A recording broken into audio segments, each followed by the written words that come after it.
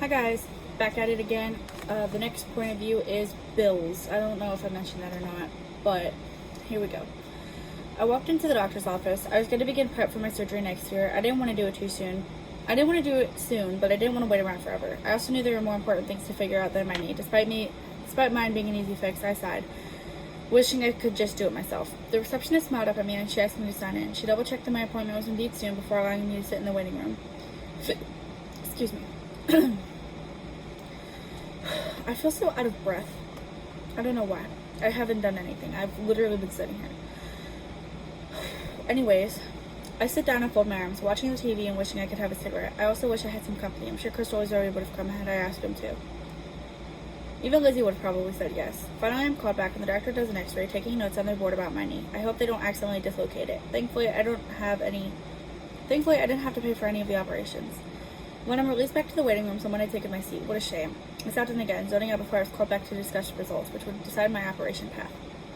Hello, Bill. How are you today? The guy asked as I climbed down in the chair. I shrugged. Not terrible. How about you? Good. So let's talk about these results. He turns the screen to show me the x-rays. We have the metal located, and we aren't quite sure how to remove it. I'm concerned for the way it's positioned, because if it isn't removed soon, your bone will begin to absorb it. Almost. I don't know if I did any research, but this doesn't make a whole lot of sense. I hope it's accurate. Your body will think it's supposed to be there, and it's a miracle it doesn't already. I nod. I have a scheduled surgery next year. Would that be okay? The guy shakes his head. I'm afraid not. Could we schedule you earlier? I know it's scary, but you need to get that taken care of almost immediately. I nod. I understand. How soon can you put me in?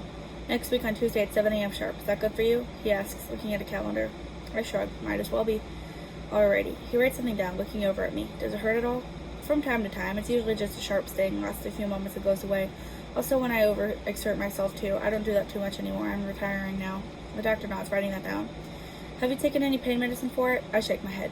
Alright, do you need anything, or do you think you could last? It says something, but I don't know. I kind of feel like anything would work better, so I'm just gonna mark that as something to possibly come back to.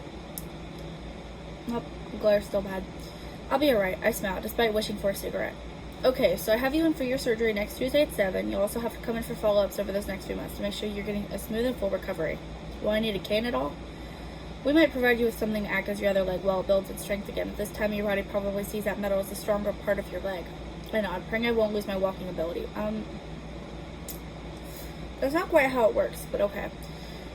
Alright, any questions for me? I shake my head and I'm released from the office. I wave to the receptionist and reach into my jacket pocket for my cigarettes, lighting one on the way to the car. I climb in and drive home. Crystal and Zoe would be excited to hear the news. I'd have to give Zoe a call. She's in college now, becoming a movie director or something. Either way, I'm proud of her. Nobody in her family has gone to college, and she deserves that bragging right. I pull in the driveway of the house, noting Francis's absent motorcycle. I could care less either way. The less time he spent here, the better. I knew he was cheating on Crystal. She did too. She just didn't have the guts to leave him. Oh my god. Choking on my spit again. I would have helped her had she decided to get out of the toxic relationship. I wish she hadn't been acting that way. It makes me look bad because I raised him. Not to act like that, though. I wish Zoe were here. Her mom needed someone strong to comfort her, a woman too, not just her father-in-law. I could only do so much. I walked into the house smiling at her. She sat at the table coloring. It was a nice habit, and it kept her calm and hopefully kept the nasty thoughts away. I'm going in for surgery next Tuesday, and after that I'll be doing follow-ups to make sure I recover smoothly. I'll finally have a good knee. That's awesome, she exclaims, jumping up and hugging me. You need to keep yourself in good health. You're too young to go. He really is. He's like 60, 64 maybe. I don't really know. I know. I smile, walking over and making myself an afternoon cup of coffee. I'm kind of glad they're making me go in earlier. I needed this done. Crystal nods in agreement. I wish Francis were here sometimes to help support us, financially and other ways. Did you hear he got fired yet again? I shake my head, taking a sip of my coffee and staring out under the yard. It used to be so full of life. Now it gets looked after once a month if it's lucky. It's a shame. I wish it turned out better. Dad, it's fine. As long as we can keep this roof over our heads and food on the table and clothes on our backs, we're blessed. I know. I smiled at myself. I still couldn't help feeling bad. The reason we were blessed was because of Crystal. I couldn't work jobs anymore, not for a while at least. I decided to go upstairs and take a nap. I'm an old man. I'm allowed to. Pulling that old man card out. I woke up later that night, joining Crystal and Lizzie for dinner. After dinner, I gave Zoe a call, telling her about the surgery. She was excited, and even her boyfriend wished me a good recovery. He seemed like a good kid, so I let him slide from the teasing. The time flew by, and eventually I was walking into the hospital, changing into a gown and being operated on. They kept me for 3 days, and I called Crystal and Zoe plenty of times. I wondered if Francis knew, but I didn't care. I wished Martha were here with me. Or there was at least something to give me closure. I never did hear what exactly happened to her. I dozed on and off a lot, often waking because the nurse wanted to jab me with more needles. After I was finally released, Crystal walked with me to the car. I had a cane to work with my leg, but it felt weird. Sadly, I must admit, I relied on it. I was scheduled for 3 weeks of physical therapy, something I didn't look forward to. I attended each session, also visiting the doctor regularly so he could monitor how I was doing. He had me do another x-ray, and I wished he would just figure out what was going on. He told me most of the metal had been removed, and the pieces left would have to come out another time. He was going to monitor how it went as the year went by, and I just went with it. At least I wouldn't have to see a doctor almost every day now. I went home, greeting Crystal with a hug and smiling when she nodded to my knee. So what's the update? I'm done with physical therapy, and I'll be going back next year for another checkup. They couldn't get a lot of the metal removed, but the doctor said would do it next time. I'm kind of nervous, but he said that if I gained the strength to walk without the cane, I'd be allowed to give it up. I don't like it, but I need something to help me, you know. Crystal nods. It was nearing December, and Zoe would be coming home for Christmas. I had called her from time to time to give her updates, but it would be nice to see her in person. Frances came stumbling in later that night, and I caught the smell of someone's perfume. It definitely wasn't Crystal's, and she knew it too. I don't know why she continued to stay with him. We ate together, mostly in silence. Lizzie had taken to staying in her room, and I knew her mental health was starting to slip, a lot like her mother. Ooh, that doesn't sound very nice.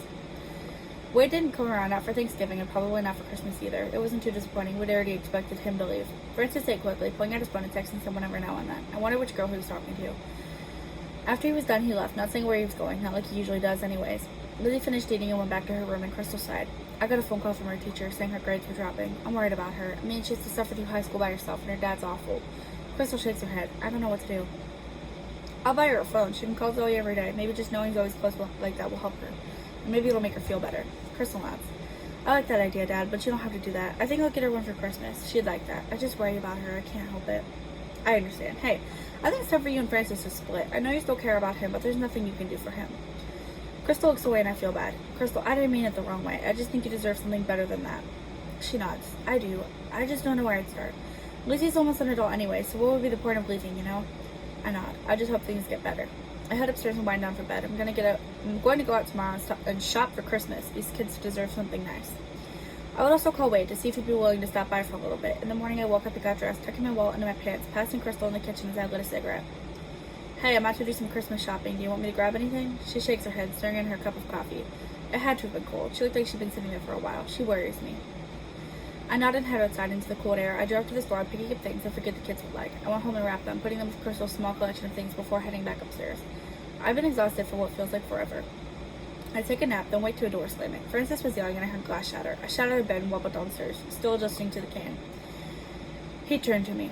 Mind your own business, you old man. He spits. Okay, so now I know what I mean when I say spits. It's like, practically he spits the words out, which is kind of stupid, very like Wattpad-like, like not professional writerness, but okay, I'll let it slide, because it's a fan fiction. I get closer to them and see Crystal was crying, a small trail of blood running down her face. I glared at Francis. What did you do to her? I demand, and Francis smiles. I could tell he was drunk, maybe even high. Like I said, none of your business, old man. I punched him, and he fell to the ground. I kicked him for good measure before yanking him up off the floor by his shirt and shaking some sense into him. His eyes were wide, and he looked genuinely terrified. Pack your bags and leave, I shout. You can go live with Sandra for all I care, or Ellie, or whoever else you're in love with. Leave Crystal alone. If you don't love her, leave her. When I shoved him away, he turned and stormed out the door. Good for him. Zoe arrived a few days later, and Frances has not returned. She never spoke of him, nor did she ask where he went. Nobody knew, but we didn't care. That's a W right there. Kicking him out like that. We enjoyed our Christmas together, and Crystal made a delicious feast. Zoe talked about college, and Lizzie half-heartedly talked about how school was going for her. Zoe was concerned for Lizzie too. I could see it on her face. Before Zoe went back to college, she and Lizzie exchanged phone numbers so they could keep in touch. Over the first half of 2009, there's an of there that shouldn't be there. Caught me up. I was in and out of the doctor's office and sometimes even the hospital. My knee was making a good recovery and they scheduled me for an operation in November, and I was excited. So I came home from college that summer and she was still avoiding Francis. He had come back, but he was often gone, nowhere to be found. I wished he would leave and stay gone. I did enjoy Zoe being back, and Lizzie did too. It was nice to see her smiling again. Crystal was getting worse though, and my heart broke for her. Things would get better. We just had to get Francis out of here. I'm almost ashamed that he's my son, but things need to change. And that's it from Bill's point of view. Next week is going to be Zoe's. Thank you guys for watching, and I hope to see you next week. Bye-bye.